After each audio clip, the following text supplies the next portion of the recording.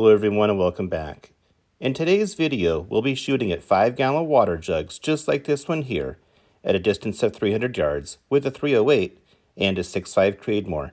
And we'll use a pair of Bergara B14 HMR rifles to make those shots. Both rifles are nearly identical in that they both have the same muzzle brake, the exact same scope, and the same trigger. Both rifles will use the factory trigger at the beginning of the video to make 2 shots each, and then both will receive an upgrade to the Trigger Tech Diamond Trigger, but only one rifle will be used to make the final shot. This video will also serve as part 2 to the Trigger Tech video that was recently released. In that video, I asked the question, if you had just one opportunity to take one shot, and poor shot placement was not an option, what trigger would you run? Today you will see my first attempt with the upgraded trigger to make that kind of shot. We'll start by shooting the .308 168 grain gold medal match, and then the 6.5 Creedmoor 140 grain gold medal match. Both rounds are using the Sierra Match King bullet. We will then run the test a second time. On the second go round, we will use the ELD match from Hornady and stay with the exact same bullet weights of 168 grain for the .308 and 140 grain for the 6.5 Creedmoor. Here is a closer look at that .308 and 6.5 Creedmoor Federal Gold Medal match, and here they are again from Hornady. When taken apart, the 168 grain .308s are the 2 on the left, and the 140 grain Creedmoors are the 2 on the right, and here is a closer look at each. Now I have chronographed these rounds off camera, and would like to give you a quick overview of what their speed and energy numbers are, and then we'll go out into the field and see how that actually plays out. As you get ready to see these numbers, it is important to realize that the .308 was fired from a 20-inch barrel, and the 6.5 Creedmoor was fired from a 22-inch barrel. While there is certainly no getting around the fact that that is a slight advantage favoring the Creedmoor, the .308 had something working in its favor that was also to its advantage. Remember that we will be shooting at 300 yards. The distance of 400 yards is generally thought of as the break-even line, meaning that anything inside of 400 yards and the .308 will arrive with more foot-pounds of energy, and anything beyond 400 is where the Creedmoor catches up due to its better ballistic coefficient and will hit harder the further it goes beyond 400 yards in most cases. Since they each had one thing to their advantage, they seem to be on reasonably even footing. What you are looking at here are the 5-shot averages for the Federal Gold Medal match. These are the muzzle velocity and energy numbers. Notice that the Creedmoor has the better ballistic coefficient of 0.535 compared to 0.462. The Creedmoor is only 2.6% faster at the muzzle, while the .308 has nearly 14% more foot-pounds of energy. But here are the numbers at 300 yards. The 6.5 Creedmoor will now have a 6.3% speed advantage over the .308, and the .308 will no longer have a 14% advantage in terms of foot-pounds of energy, but will still cling to a 6% edge in that category. Here are the 5-shot averages for the ELD match. Notice that the ballistic coefficient for the .308 is at 0.523, which is a considerable improvement over the 0.462 that the gold medal match offered. Also of note is that the 6.5 Creedmoor BC is greatly improved as well. It is now a 0.646, which is up from the 0.535 gold medal match. The muzzle velocity numbers show a slight speed edge in favor of the .308, 2679 feet per second compared to 2641 feet per second, which equates to a 1.4% edge.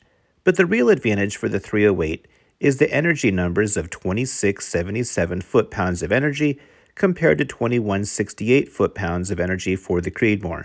That is a brutal 23% more. Put another way, the difference of 509 foot-pounds of energy is roughly the same amount that a .45 Auto Plus P would offer. Are we honestly to believe that the better ballistic coefficient that the 6.5 Creedmoor offers will help to make this even close at 300 yards? Let's find out.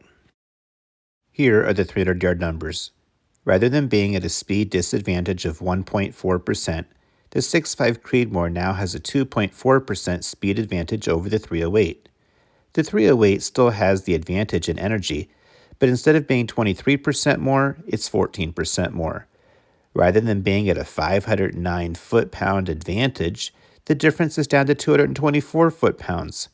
So no longer a 45 auto plus P, but more along the lines of a good solid 380 worth of difference if we're sticking with the handgun metaphors.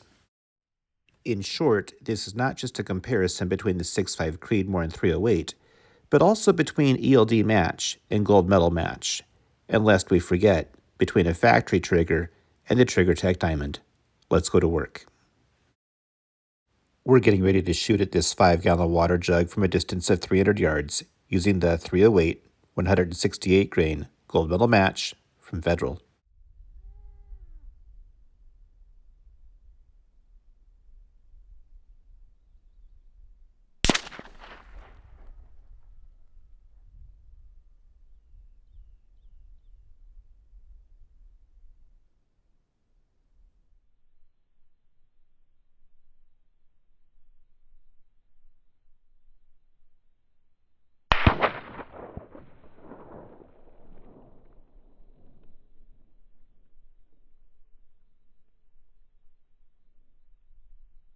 Well, I'm walking up right now to the 5-gallon water jug that was just hit at a distance of 300 yards using the 308 168 grain Federal gold medal match. It would appear at first glance that nothing is really wrong with the water jug until, of course, you get to the back side of it. And then you can see what's happened here. There is a massive exit hole on the back. And if you look real close, you can see the shot placement was about as good as we could really hope for at 300 yards, almost perfect shot placement. Let's turn that over and take a look at it. So we were obviously aiming for the diamond. We hit right there. That's about as good as what we can hope for. It certainly blew the cap right off of it. The cap was tightly secured, as they have been in all of these shots. Blew it right off of there. And blew the handle off the back of it as well. We're getting ready to shoot at this 5-gallon water jug from 300 yards with a 6.5 Creedmoor 140 grain gold medal match.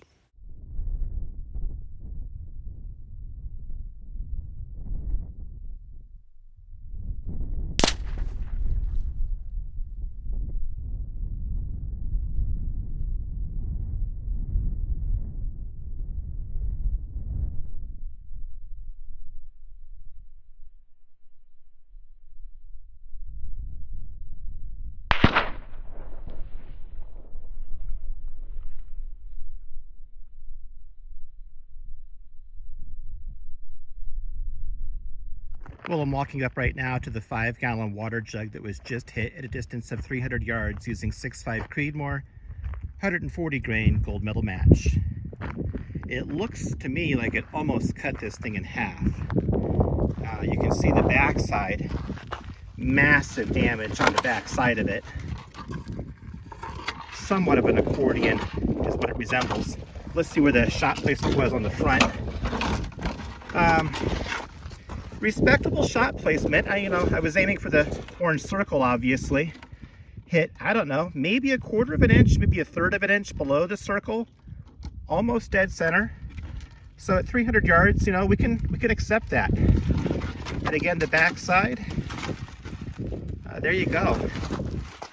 Not a lot left to this thing. It would appear that 140 grain bullets from 6.5 Creedmoor and 5-gallon water jugs are not compatible with one another.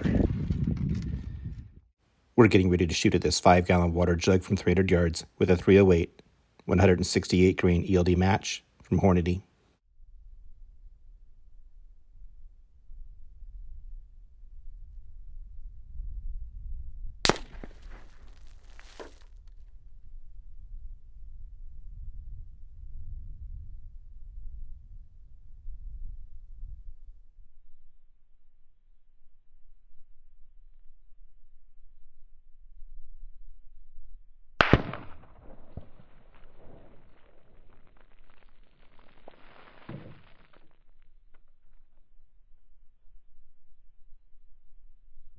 Well, I'm walking up right now to the water jug that was just hit at a distance of 300 yards using 308 168 grain ELD match from Hornady. Let's take a look and see what's left of this. As you can tell, it blew it in half. There's no doubt about that. Let's see where we had made contact with it at. Okay, so we made contact, it looks like just a hair above the sticker. So pretty much, dead center shot placement at 300 yards. Nothing to really complain about. Not much to see there. Let's go take a look at the top half of this water jug that was blown in half. Yep, the cap was blown off of it as well. Somebody may complain that the cap came off, I don't know. But the point I'm trying to make here is that when you have enough speed, cap coming off or not, when there's enough speed, there's just not much left of these things. We're getting ready to shoot at this 5-gallon water jug from 300 yards with the 6.5 Creedmoor 140 grain ELD match.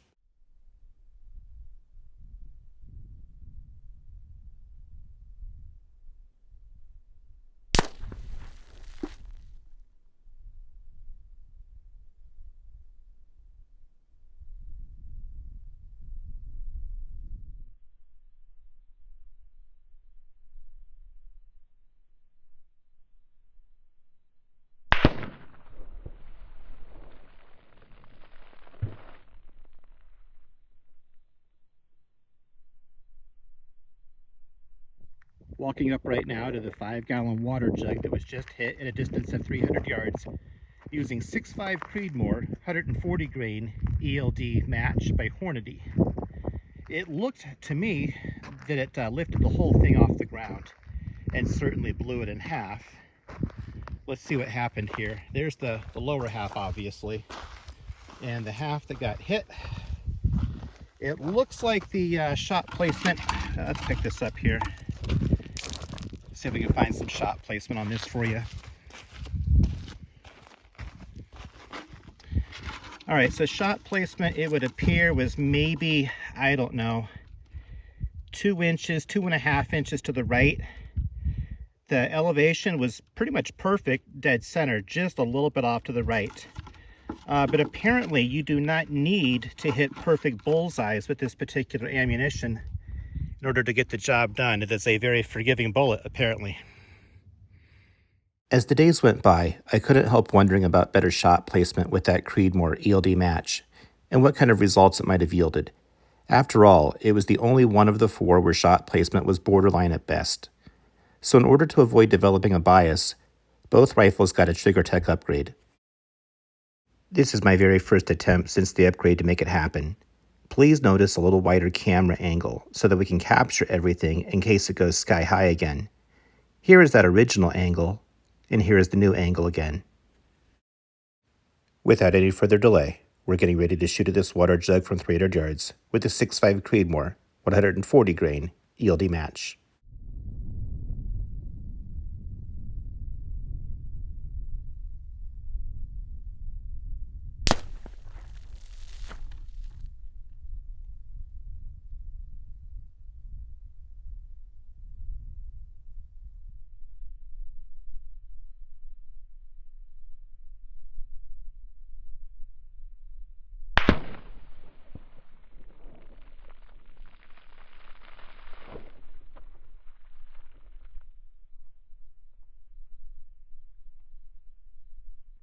Well, I'm walking up to the 5-gallon water jug that was just hit at a distance of 300 yards using 6.5 Creedmoor 140 grain ELD match from Hornady.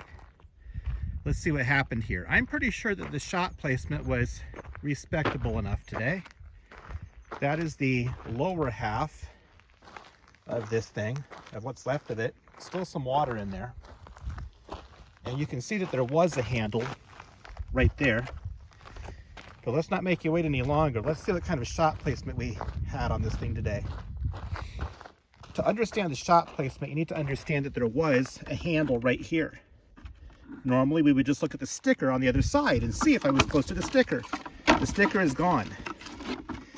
But typically, I line up that sticker with the handle that you would normally see right there. So the handle would be right about there. So my shot placement was pretty much dead center and maybe 1/2 inch to the right at 300 yards is my best estimate for you. Well, I thought that sticker was long gone, but it has turned up. It was flipped upside down in the mud. But you can see that sure enough, just as I had suspected, just a little bit to the right of dead center. This is the water jug just prior to impact that was hit with the 6.5 Creedmoor ELD match when we had the better shot placement. And here is the exact moment of impact, also known as frame 1. Here in frame 2, the explosion has begun in earnest.